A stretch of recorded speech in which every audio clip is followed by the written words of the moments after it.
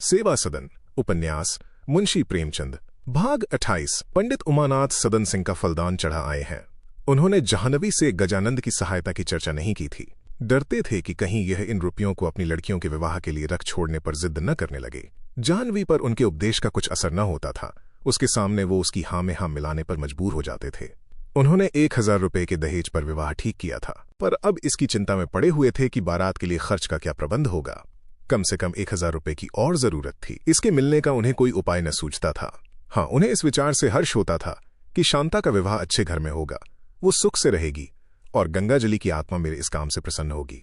अंत में उन्होंने सोचा, अभी विवाह को 3 महीने हैं, मगर उस समय तक रुपयों का प्रबंध हो गया तो भला ही है, नहीं तो बारात का झगड़ा ही तोड़ दूंगा। किसी न किसी बात पर बिगड़ जाऊंगा।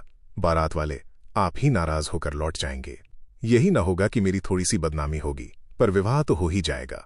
लड़की तो आराम से रहेगी। मैं ये झगड़ा ऐसी कुशलता से करूंगा कि सारा दोष बारातियों पर ही आए। पंडित कृष्णचंद्र को जेल खाने से छूटकर आए हुए 1 सप्ताह बीत गया था, लेकिन अभी तक विवाह के संबंध में उमानाथ को बातचीत का अवसर ही न मिला था। वो कृष्णचंद्र के सम्मुख जाते हुए ले जाते थे।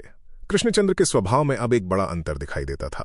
उनमें गंभीरता की जगह एक उद्दंडता आ गई थी और संकोच नाम को भी न रहा था। उनका शरीर क्षीण हो गया था, पर उनमें एक अद्भुत शक्ति भरी मालूम होती थी। वे रात को बार बार दीर्घ निश्वास लेकर हाय हाय कहते सुनाई देते थे। आधी रात को चारों ओर जब नीरवता छाई हुई रहती थी, वे अपनी चारपाई पर करवटें बदल बदल कर ये गीत गाया करते। अगिया लागी सुंदर बंजरी गयो। कभी कभी ये गीत गाते, लकड़ी जल कोयला भई और कोयला जल भई राख, मैं पापिन ऐसी जली की कोयला भई न राख। उनके नेत्रों में एक प्रकार की चंचलता दिख पड़ती थी। जाह्नवी उनके सामने खड़ी न हो सकती, उसे उनसे भय लगता था। जाड़े के दिन में कृषकों की स्त्रियां हार में काम करने जाया करती थीं। कृष्णचंद्र भी हार की ओर निकल जाते और वहां स्त्रियों से दिल लगी किया करते।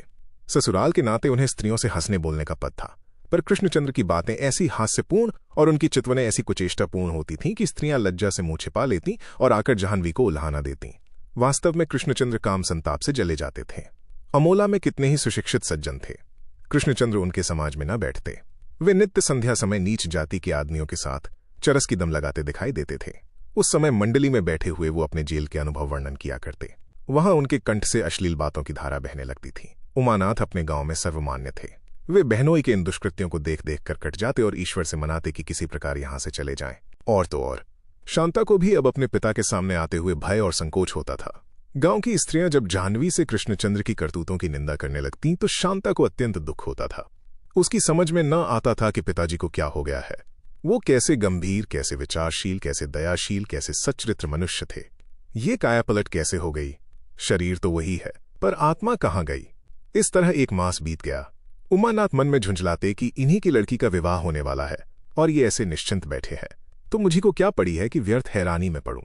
ये तो नहीं होता कि जाकर कहीं 4 पैसे कमाने का उपाय करें, उल्टे अपने साथ साथ मुझे भी खराब कर रहे हैं।